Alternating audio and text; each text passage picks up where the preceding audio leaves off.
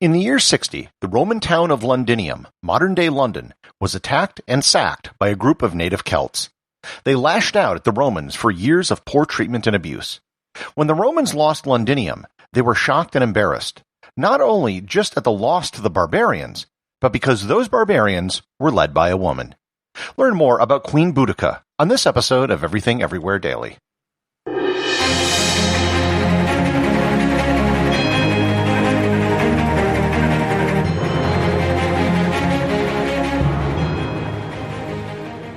This episode is sponsored by SCOTTeVEST. I've told you all before about how SCOTTeVEST has lots of pockets to help you carry all your gear, and that's true. That's what they're best known for. However, they have many clothing innovations beyond just pockets. Their patented technology-enabled clothing, or tech, includes conduits in their clothing which allows for a personal area network of hidden cables throughout their garments, which are designed for routing charging cords from pocket to pocket or headphones up to the collar for easy access. I've been wearing SCOTTeVEST clothing for years, and I still wear their stuff every day. You can get 15% off your next order by going to SCOTTeVEST.com and using coupon code EVERYTHINGEVERYWHERE, all one word, at checkout. Once again, that's SCOTTeVEST.com, coupon code EVERYTHINGEVERYWHERE. Roman involvement in Britain, what they called Britannia, took quite a bit of time to get established. During the Republican period, Britain was a faraway land that most people thought of in terms of myth or fantasy. Britain might as well have been on the moon given how far away it was. Not only was it far away, but it was an island, making it just that much more inaccessible. You couldn't just go there in the same way that you could go to Germany or Spain. The first Roman to lead an organized expedition to Britain was Julius Caesar. While running around Gaul, he took 2 legions there in 55 BC and did nothing more than land on the shore and claim victory. It was really little more than a PR stunt for the masses back in Rome.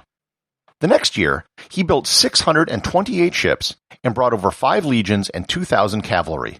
It was an impressive show of force, but this also wasn't to be permanent.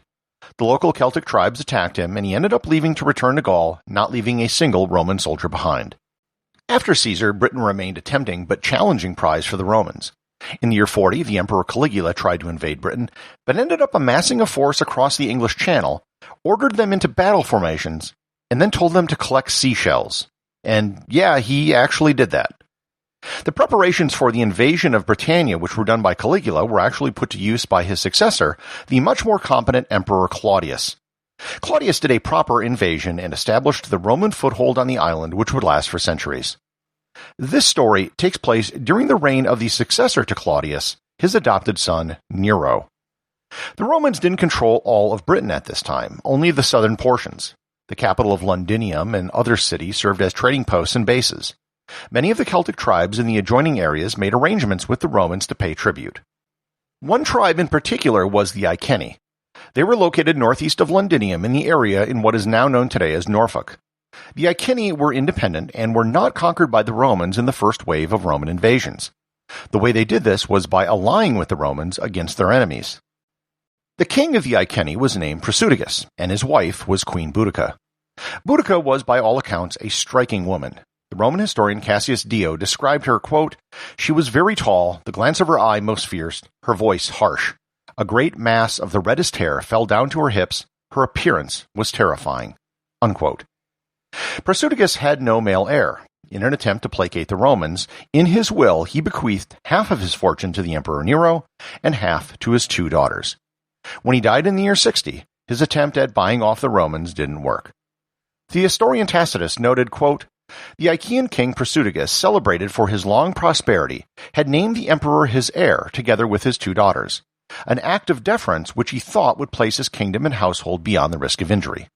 The result was contrary, so much so that his kingdom was pillaged by centurions, his household by slaves, as though they had been prizes of war."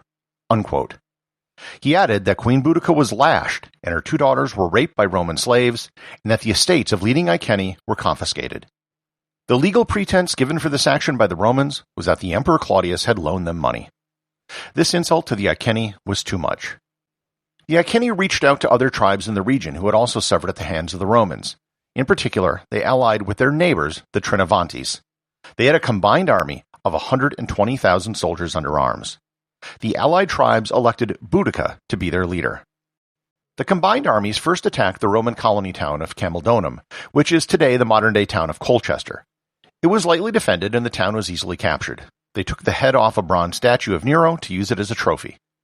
The 9th Legion was the closest military unit, and they were sent to provide relief to the town, but they were quickly defeated.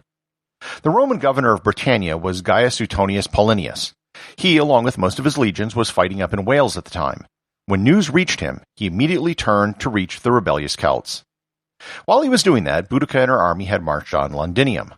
The town was abandoned before they arrived, so they entered to an open city and proceeded to loot and burn it to the ground. To this day, archaeologists digging in London can find a layer of burnt red ash above the period from the year 60. The next city to face the wrath of the Celts was Verolamium, which is today the modern city of St. Albans. In total, of the 3 cities destroyed, it was estimated that 70 to 80,000 people were killed. The Celts didn't take prisoners, and they were not interested in capturing slaves.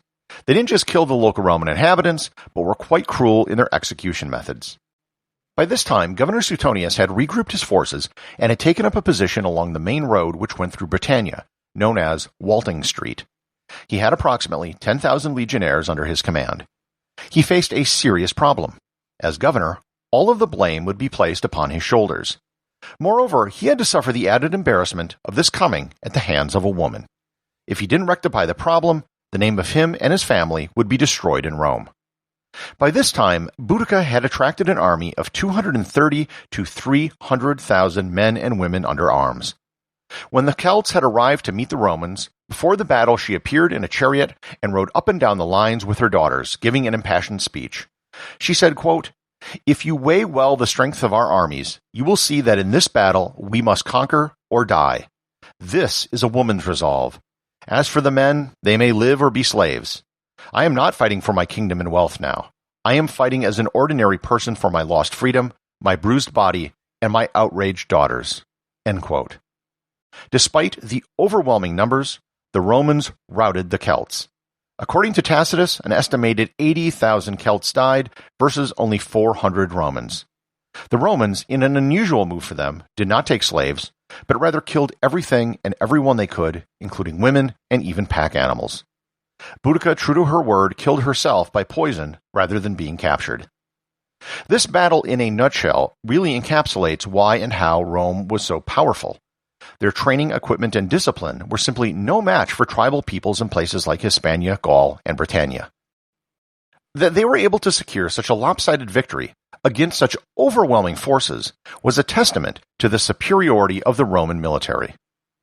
Over time, the legend of Queen Boudica grew. The Romans actually respected her as she fiercely fought for her people's independence. She took on added importance during the reign of Queen Elizabeth I, as Elizabeth was positioned as the modern Boudica, standing up to the Spanish Armada as Boudica did to the Romans. Plays, poems, and other works of art were dedicated to Boudica. She came back into fashion again in the 19th century under the reign of Queen Victoria. Boudica in some ways has become the embodiment of Mother England. The Welsh, however, have claimed her as her own, as the Angles and Saxons hadn't arrived by this time, so she couldn't have been English. She was Celtic, and hence she would have been more Welsh. She and her daughters today are the only women enshrined in marble statues at the Cardiff City Hall. Regardless if she is claimed by the English or the Welsh, Queen Boudica remains a symbol of resistance and independence for everyone in Britain. The associate producer of Everything Everywhere Daily is Thor Thomsen. If you'd like to support the show, please donate over at patreon.com. There is content only available to supporters, merchandise, and even opportunities for a show producer credit. If you know someone you think would enjoy the show, please share it with them. Also remember, if you leave a 5-star review, I'll read your review on the show.